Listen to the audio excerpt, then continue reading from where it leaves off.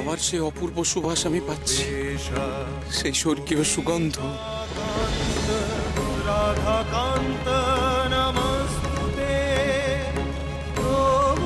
সেই নূপুরের ধ্বনি। বিদ্যাপতি,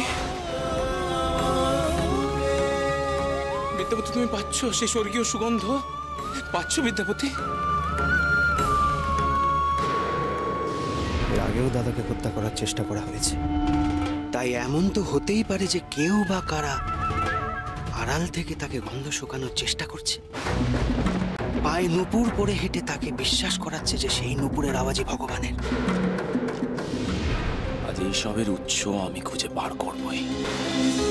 যদি কোনো লোভী দুষ্ট চক্র ইচ্ছাকৃতভাবে এই অপকর্ম করে থাকে, তাদের আজ উপযুক্ত শাস্তি দেবই আমি। বিদ্যাপতি, মহারাজ, আপনি শান্ত। শান্ত? শান্ত কি করে হব বিদ্যাপতি? শান্ত কি করে হব? আমার ইষ্ট দেবতা আমার কাছে আসতে চাইছেন, তার জন্য নানা রকম ইঙ্গিত দিচ্ছেন,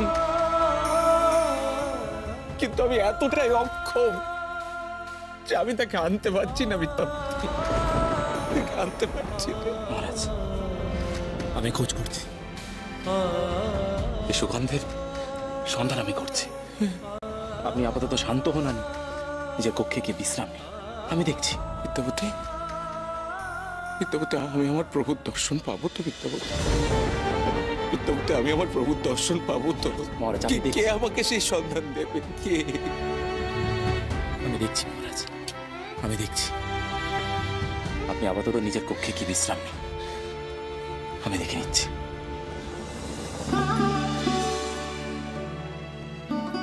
দর্শন দাও প্রভু, দর্শন দাও, দর্শন দাও প্রভু, দর্শন।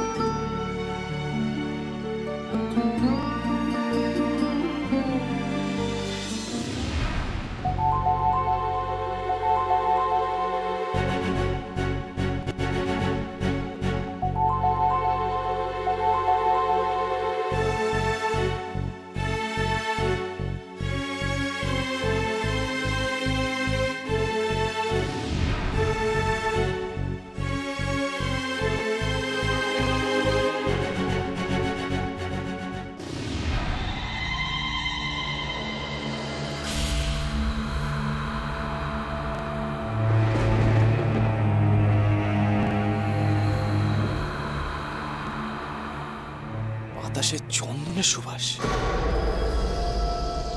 কিন্তু আসছে কোথা থেকে?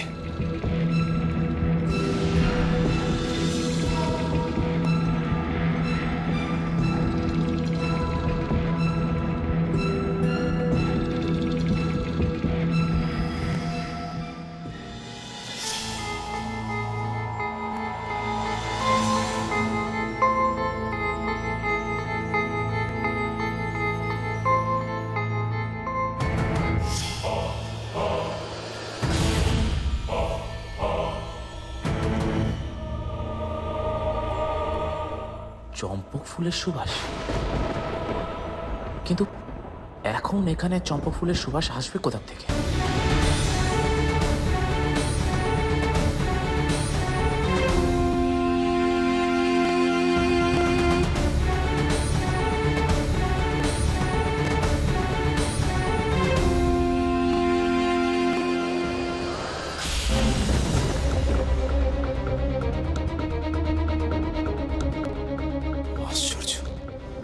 আশ্চর্য ব্যাপার, মহারাজের কথা হুবহু মিলে যাচ্ছে।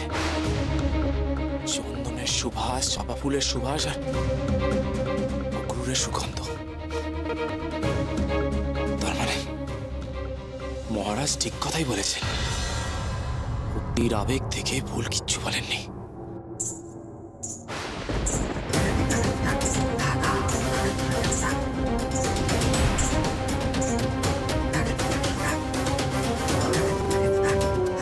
ধ্বনি তো আমিও শুনতে পাচ্ছি।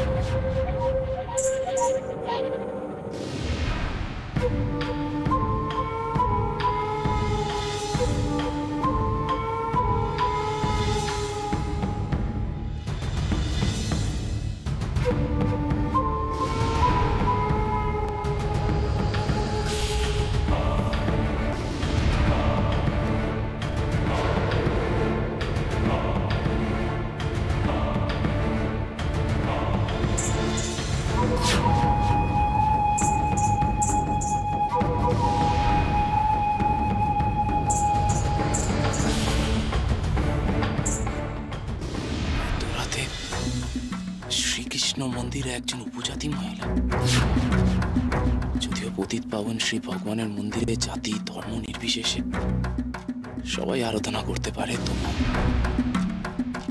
এত রাতে একজন উপজাতি মহিলা এই মন্দিরে কি করছে? এই মহিলাই তবে কি সেই গুপ্তঘাতক? ষড়যন্ত্রীরা কি তাহলে এই মহিলাকেই নিয়োগ করেছে মহারাজকে বধ করার জন্য? এই মহিলা নিশ্চয়ই সবর উপজাতি, জঙ্গল ঘিরে শিকার করে, এরা আবার অস্ত্রও চালাতে পারে। তবে কি আগের দিন এদের মধ্যেও কেউ মহারাজের উপর তীর ছুড়েছিল? দেখছি আমার সব হিসেব নিকেশ মিলে যাচ্ছে। না, আজ এই মহিলাকে যে কোনো ভাবেই ধরতে হবে।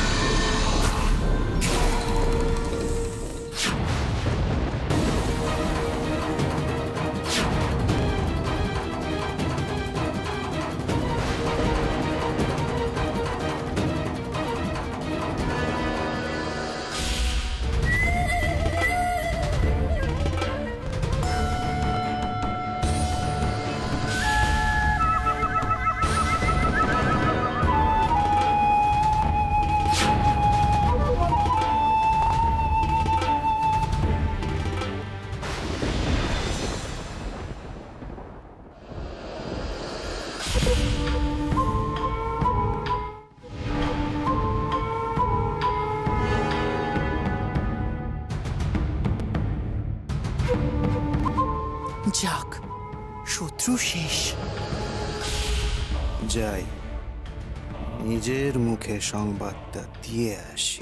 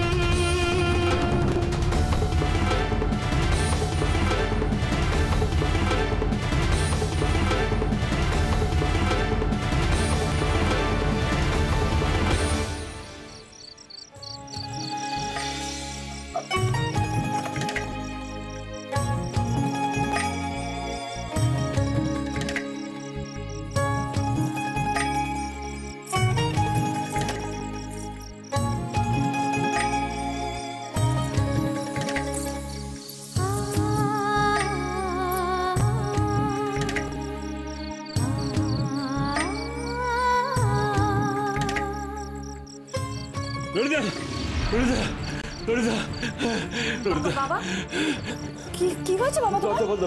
দরজা বন্ধ কর। তুমি শান্ত হও, আমি বন্ধ করছি।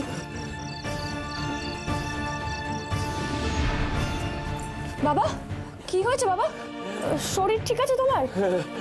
শরীর ঠিক আছে, শরীর ঠিক আছে। আচ্ছা আচ্ছা তুমি তুমি আগে শান্ত হও, একটু শান্ত হও। আমি তোমার জন্য জল আর প্রসাদ নিয়ে আসছি, তুমি আগে খাও, তারপর কথা বলবো।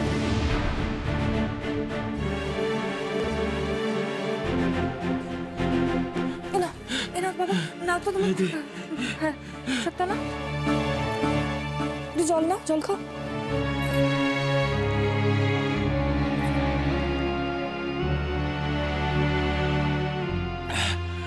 শান্ত হয়ে বসো বাবা, তুমি একটু শান্ত হয়ে বসো, তুমি শান্ত হয়ে বসো। শান্ত হয়ে বসার উপায় নেই রে মা, বিপদ একেবারে সামনে চলে এসছে।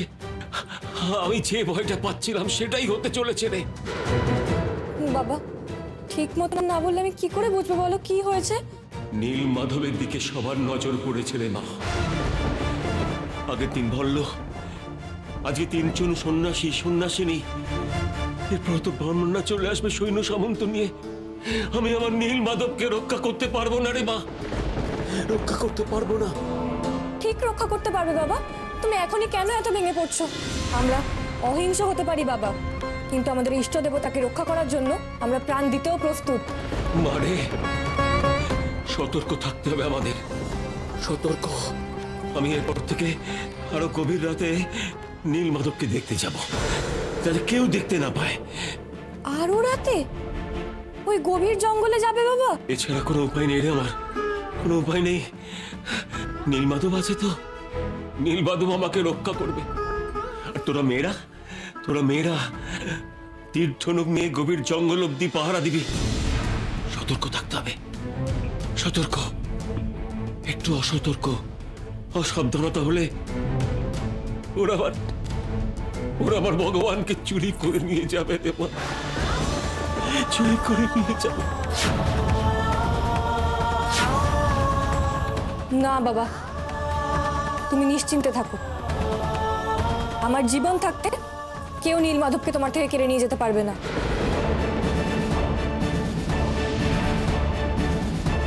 কেউ না। ললিতা,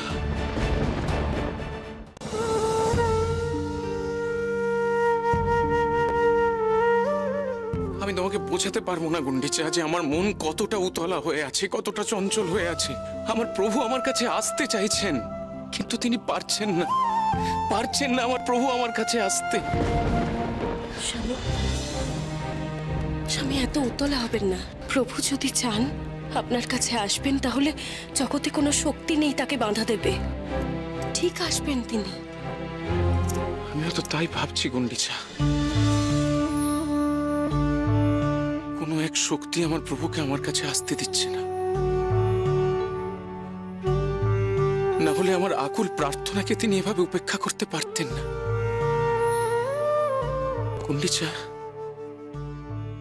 গুন্ডিচা, আমার মনে হয় কেউ আমার প্রভুকে বাধা দিচ্ছে আমার কাছে আসতে।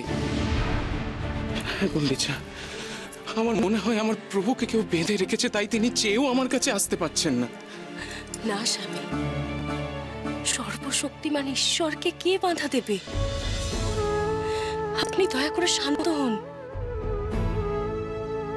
আর তাছাড়া বিদ্যাপতি কত চেষ্টা করছে প্রভুর সন্ধান করার। বিদ্যাপতি ঠিক একটা না একটা সুরাহা করবে, একটু ভরসা রাখুন।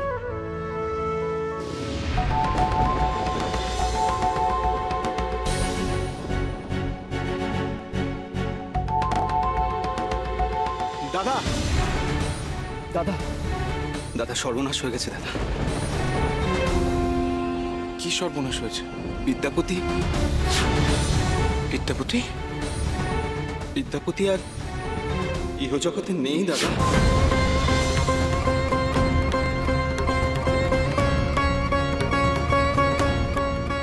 কি বলছো তুমি?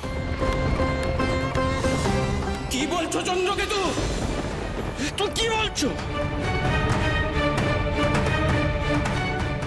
হ্যাঁ দাদা, নাট মন্দিরের পাশে বিদ্যাপতিকে কেউ ছুরিকাঘাত করেছে। সে তৎক্ষণাৎ সেখানেই প্রাণ হারিয়েছে।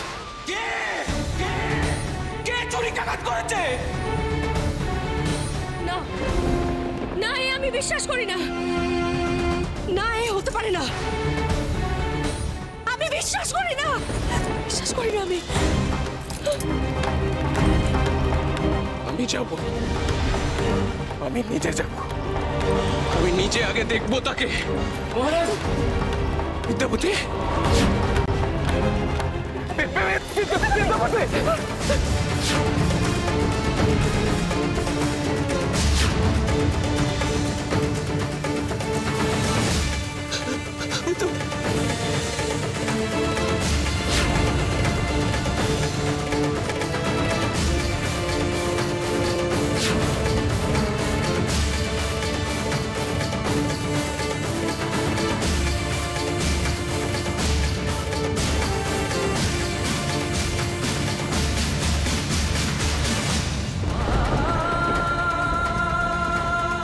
বিদ্যাপতি,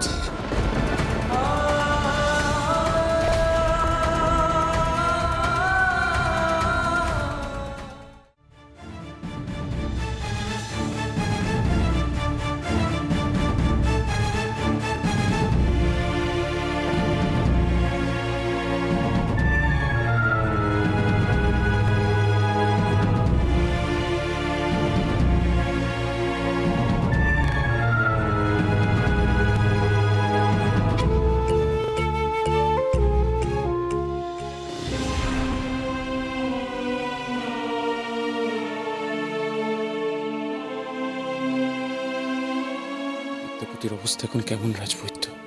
স্থিতিশীল তো? আগে না মহারাজ, এতদিন আমি রাজবৈদ্য হিসেবে যা যা জ্ঞান অর্জন করেছি তার সব কিছু প্রয়োগ করেও আমি বিদ্যাপতির পরিস্থিতি স্থিতিশীল করতে পারিনি।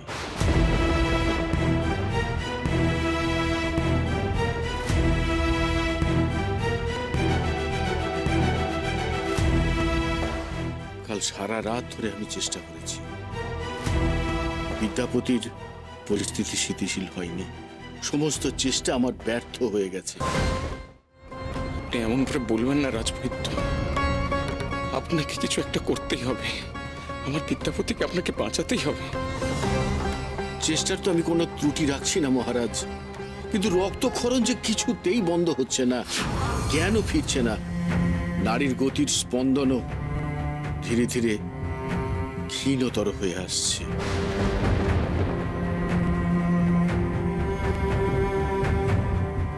আপনার উপর আমার পূর্ণ আস্থা আছে রাজবৈদ্য।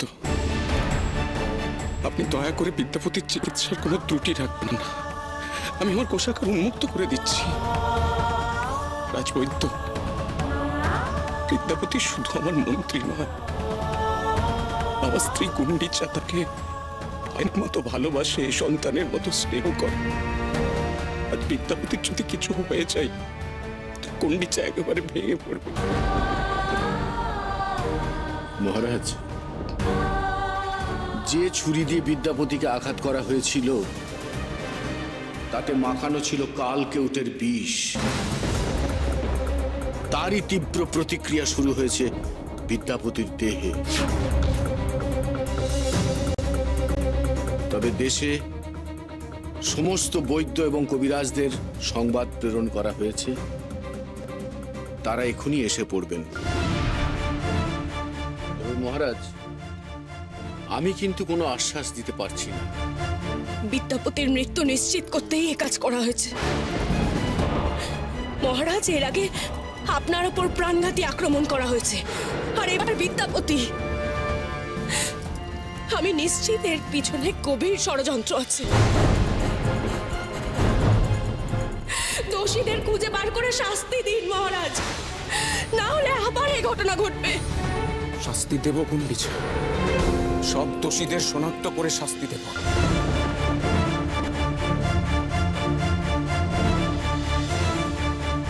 আগে আমার বিদ্যাপতি সুস্থ হোক।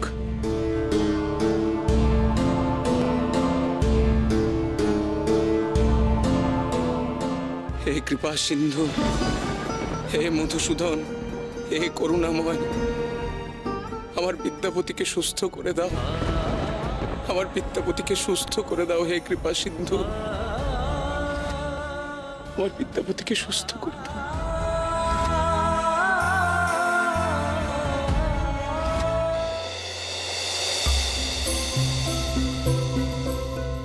না না, রাজা ইন্দ্রদুম্নকে বারবার এভাবে বিপদে ফেলা ঠিক নয় কৃষ্ণ। সে তোমার প্রকৃত ভক্ত কৃষ্ণ, আর কত পরীক্ষা নেবে তার?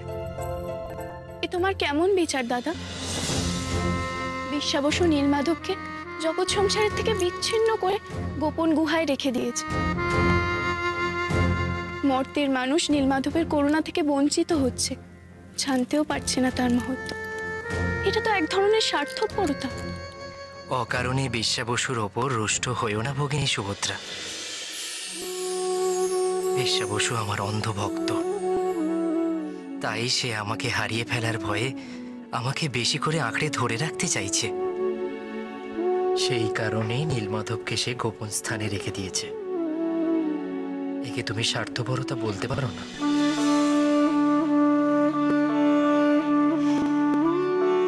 অন্ধ ভক্তির কারণে ওর বিচার ক্ষমতা লোপ পেয়েছে। বেশ, তুমি তো করুণা সিন্ধু, তুমি সবররাজকে করুণা করো, আমরা সে বিষয়ে কোনো অভিযোগ করছি না। তবে তুমি তার সাথে ইন্দ্রদম্নকেও করুণা করো। সে তো জগতের হিতে তার ইষ্ট শ্রীকৃষ্ণকে অবিরাম খুঁজে চলেছে। বিদ্যাপতি ইন্দ্রদম্নের দক্ষিণ হস্ত। বিদ্যাপতির কিছু হলে ইন্দ্রদম্নের সন্ধানটাই যে ব্যর্থ হবে। না দাদা, তাদের তুমি বিমুখ করো না, সুস্থ করে দাও বিদ্যাপতিকে। হ্যাঁ কৃষ্ণ, জগতের হিতের জন্য বিদ্যাপতির আরোগ্য লাভ প্রয়োজন, সত্যি প্রয়োজন।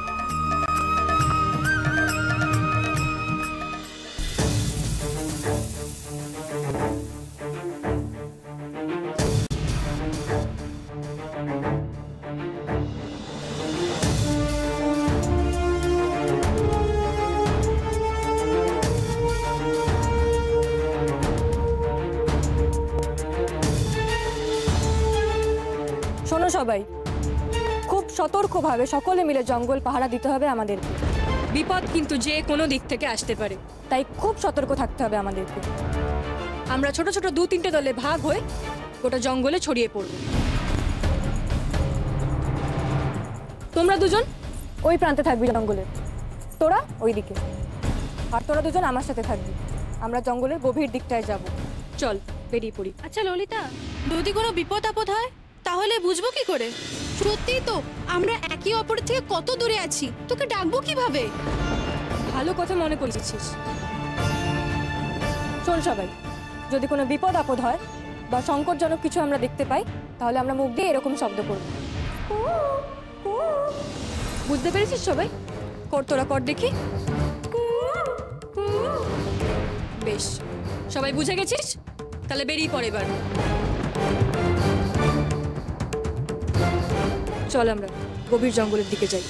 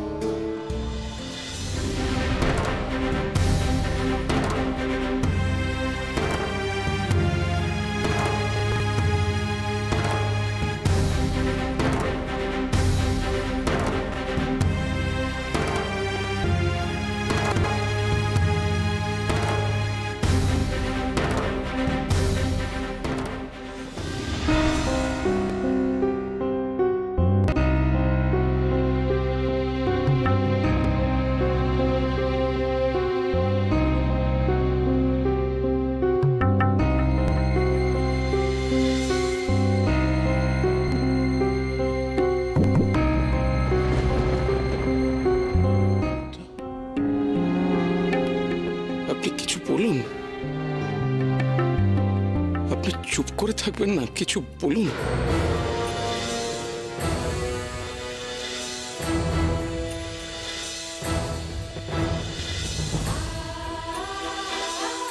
আপনারা কিছু বলুন,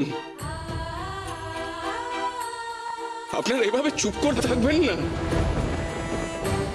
আপনারা সবাই এদেশের শ্রেষ্ঠ বৈদ্য। অন্যান্য স্থান থেকে আপনাদের ডাক আসে চিকিৎসার জন্য। পারলে আপনারাই পারবেন আমার পিতাপতিকে সুস্থ করে তুলতে। তারপরে তো বলুন না, আমার পিতাপতি কবে সুস্থ হবে? কতক্ষণে চোখ মেলে তাকাবে?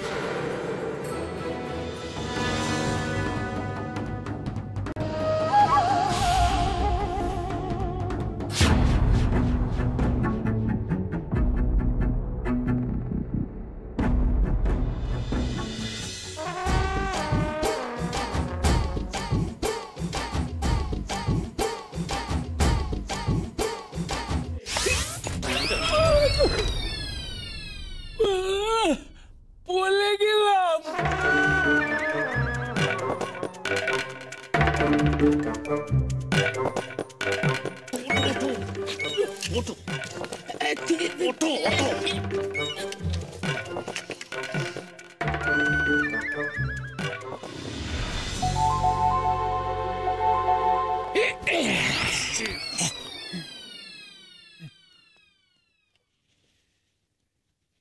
ওই যে তিনটে মেয়ে দেখছো, তার মধ্যে মাঝের জন হলো ললিতা, সবররাজ বিশ্বাবসুর মেয়ে। শোনো মন্টু, বিশ্বাবসু যেমন এই জঙ্গলে সবরদের রাজা, ওই ললিতা রাজকন্যা, তেমনি তুমি হচ্ছ পাশের বনের রাজার ছেলে, রাজপুত্র। তোমার মতো বীর সুপুরুষ রাজপুত্রের সঙ্গেই তো ললিতার বিয়ে হওয়া উচিত। বলছো? আমার মাও এরকম বলে, আমি নাকি খুব সুপুরুষ। কিন্তু বন্ধুরা কেমন আমাকে নিয়ে হাসাহাসি করে, ওরা মানতেই চায় না। ওদের কথায় কান দিও না, ওরা তো সব হিংসা করে বলে। মা বলে যে ওরা খারাপ, ওদের সাথে মিশিস না। মা বলেছে আমার জন্য একটা রাজকন্যা এনে দেবে, তার সাথে আমার বিয়ে দেবে। হবেই তো, তোমার মা একদম ঠিক কথা বলেন। দেখো না, আমি তো সরল মনে ওই ললিতাকে তোমার বিয়ের প্রস্তাব দিতে গিয়েছিলাম, হেসে উড়িয়ে দিল। বড্ড দেমাক তো, মাটিতে পা পড়ে না দেমাকে। আমায় কি বললো জানো? কি বলে? বললো মন্ডুককে একেবারে হনুমানের মতো দেখতে, আমি ওকে বিয়ে করব না। এত বড় কথা আমাকে হনুমান বলা? দাঁড়াও, আমি এক্ষুনি বাবাকে গিয়ে বলছি। আরে আরে আরে, করো কি? এক্ষুনি বাবাকে গিয়ে বলবে নাকি? জানাবো না। না, আসলে ললিতা তো তোমাকে সামনাসামনি দেখেনি, তাই অমন দেমাক দেখিয়েছে। ও সব ছেলের সম্পর্কে এরকমই বলে। তুমি এক কাজ করো, বুঝলে? সোজা গিয়ে ওর হাতটা ধরো, দাও ভেঙে ওর দিমাগ। দেখো, ঠিক রাজি হবে তোমাকে বিয়ে করতে। তাই হাত ধরলেই বিয়ে করতে রাজি হবে বুঝি? তাহলে যাই, গিয়ে হাতটা খপ করে ধরি। দাঁড়াও, কি করছো? এক্ষুনি নয়, আগে আমি একটু সরে যাই। আমাকে দেখলে তো হাত ধরতে দেবে না, লজ্জা পাবে। যতই হোক আমি ওর দাদা কি না। আমি সরে যাই, তুমি গিয়ে তারপরে হাতটা ধরো। তাই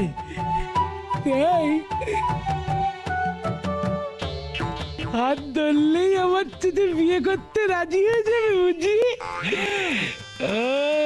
তাহলে যাই, গিয়ে খপ করে হাতটা টিপে ধরি। তুমি তাহলে এখন এখান থেকে যাও, আমি গিয়ে ললিতাকে খপ করে চেপে ধরবো, তাহলেই ও আমার সাথে বিয়ে করতে রাজি হয়ে যাবে। ললিতা, আমাদের ক্ষমা করবেন মহারাজ।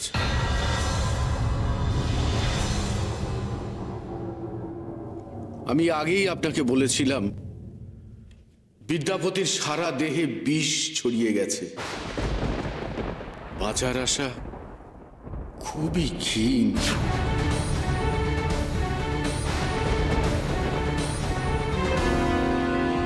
হৃদস্পন্দন ক্রমশই ক্ষীণ হয়ে আসছে।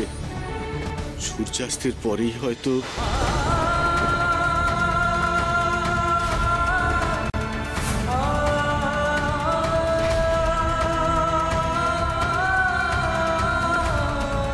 একমাত্র ঈশ্বরই ভরসা। তাকেই ডাকুন মহারাজ। চিকিৎসা শাস্ত্র দ্বারা আর কিচ্ছু করা সম্ভব নয় মহারাজ।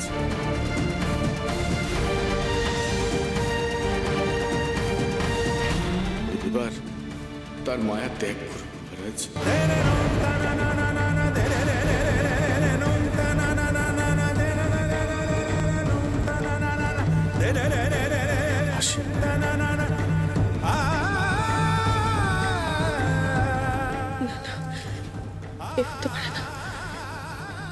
হতে পারে না, তুমি আমাদের ছেড়ে যেতে পারো না। আমার সন্তান নেই, আমি তোমাকে ঘিরেই বেঁচেছিলাম। ভগবান এত নিষ্ঠুর হতে পারেন না আমার সাথে, এত নিষ্ঠুর হতে পারে না। প্রভু কৃপা করো, কৃপা করো, কৃপা করো প্রভু।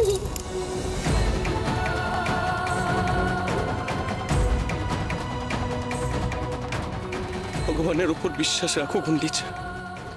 আমার প্রভু এত নির্দয় হতে পারেন না। প্রভু, তুমি যতই পরীক্ষা নাও, তোমার উপর বিশ্বাস আমার অটুট থাকবে। আমি জানি, মনে প্রাণে বিশ্বাসও করি, আমার প্রভু এতটা নির্দয় হতে পারেন না।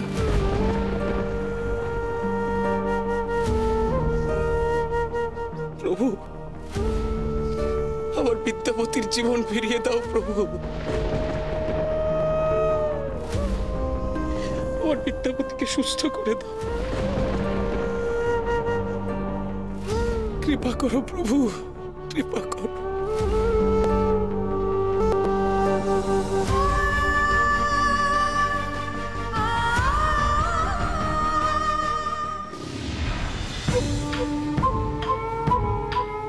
সব অপমানের প্রতিশোধ আমি নেব ললিতা।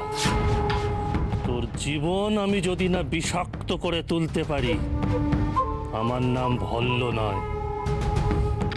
আজই এক চরম অঘটন ঘটাবো আমি। তোরা ভালো করে চারিদিকটা লক্ষ্য রাখ। আমি একটু গভীর জঙ্গলের দিক থেকে ঘুরে আসছি, কেমন?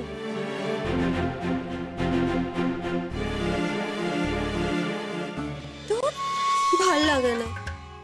কোথায় আমার জন্য স্বয়ংবর হবে, রাজপুত্র এসে ধনুক তুলবে, তা না, আমাকেই ধনুক তুলতে হচ্ছে।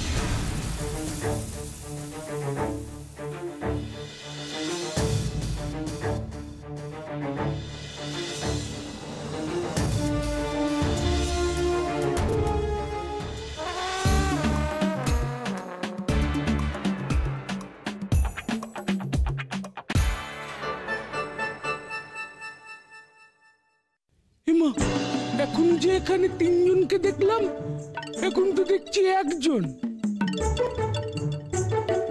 ও যাগে, ওটাই তাহলে ললিতা। যাই গিয়ে খপ করে হাতটা ধরে ফেলি।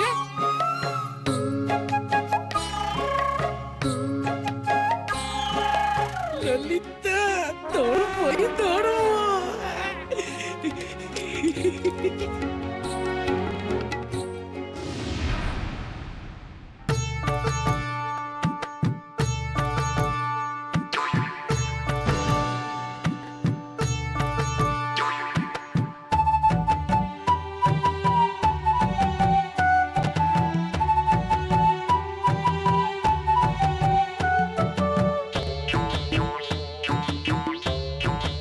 তার মানে ললিতা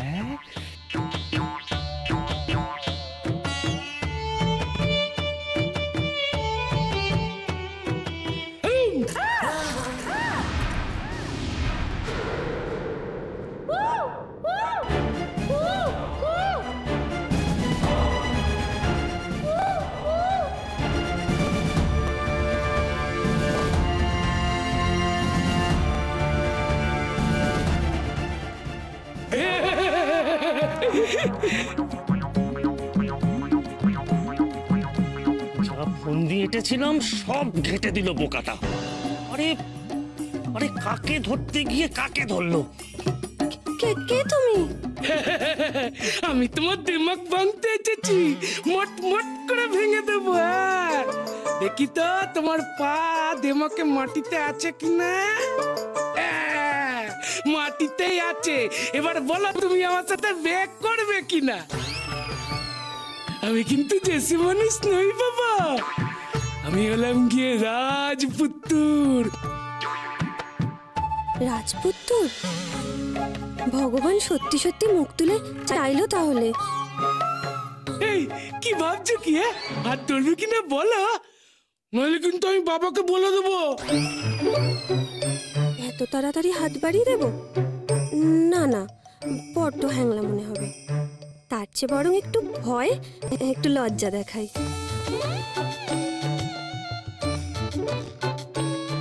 না না, আমার হাত ধরো না। আর তুমি ধরবই, ধরবই, কোথাও পালাতে পারবে না তুমি। না না না না, হাত ধরো না। না না না না না, তোমার দিমাগ আমি মোট মোট করে তোমার দিমাগ আমি মোট মোট করে ভেঙে দেবো।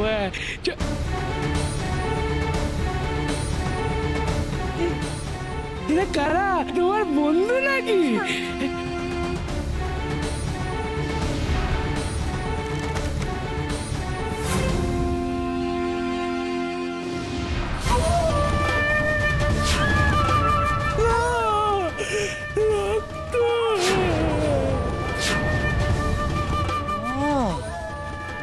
চমৎকার, আমি তো এইরকমই একটা কিছু আশা করছিলাম।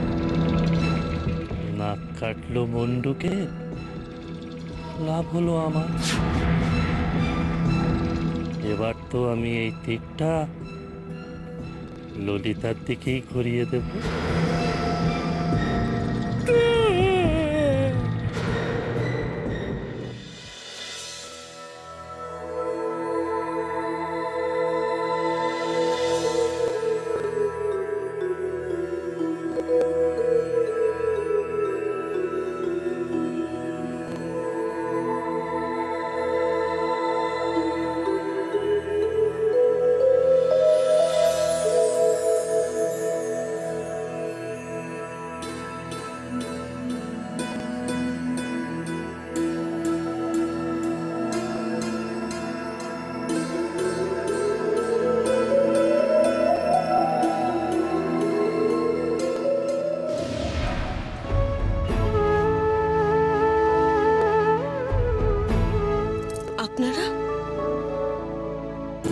আমরা সন্ন্যাসী, হিমালয় থেকে পরিভ্রমণে বেরিয়েছি।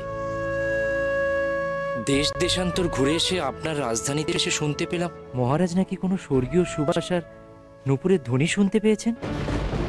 আমরা সেই বিষয় নিয়ে আলোচনা করতে এসেছি। চলুন আমরা অন্যত্র কোথাও বসে আলোচনা করি।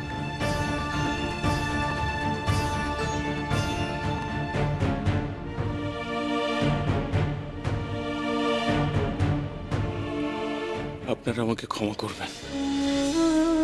আমি ঈশ্বর লাভের জন্য ব্যাকুল ঠিকই, কিন্তু বর্তমানে আমার মন খুবই বিচলিত। আমার অতি স্নেহের বিদ্যাপতি আজ অন্তিম শয্যায়। তাকে ছেড়ে আমি অন্য কোথাও যেতে পারবো না। যতক্ষণ তার প্রাণবায়ু আছে আমি তার সাথে থাকতে চাই। আপনারা দয়া করে আমার আতিথ্য গ্রহণ করে অতিথি ভবনে গিয়ে বিশ্রাম করুন। আমার অতি প্রিয় বিদ্যাপতিকে অন্তিম বিদায় জানিয়ে তারপরে আমি আপনাদের সঙ্গে আলোচনায় বসবো। আপনি কি বলছেন মহারাজ? আমরা সাধক, রাজ অতিথিশালা অনেক দূরের কথা, কোনো গৃহস্থের ঘরে পর্যন্ত আমরা আশ্রয় নিই না। আমরা এত দূর থেকে ছুটে এলাম আপনার সাথে ঈশ্বর তত্ত্ব নিয়ে আলোচনা করব বলে, আর আপনি কিনা সামান্য একজন মন্ত্রীর জন্য আমাদেরকে অপেক্ষা করতে বলছেন। মন্ত্রী তো আসবে যাবে, আর জন্ম মৃত্যু তো চিরন্তন সত্য। তার জন্য এত বিচলিত হয়ে আপনি ভগবত চিন্তা থেকে দূরে থাকবেন? ঈশ্বর চিন্তাই তো অগ্রাধিকার পাওয়া উচিত মহারাজ। আপনারা সর্বজ্ঞ, আমি অতি সাধারণ, কিন্তু আমি প্রভুর প্রেমে জেনেছি মানুষ সবার আগে, মানুষের মধ্যেই তিনি বিরাজ করেন। আর যদি বিদ্যাপতির জায়গায় অন্য কোনো সাধারণ প্রজাও থাকতো, তাহলেও আমি তাকে ছেড়ে ঈশ্বর আলোচনায় বসতাম না। আপনারা আমায় ক্ষমা করবেন।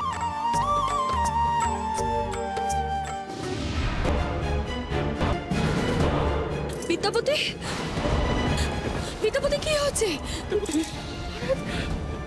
বিদ্যাপতি, বিদ্যাপতি,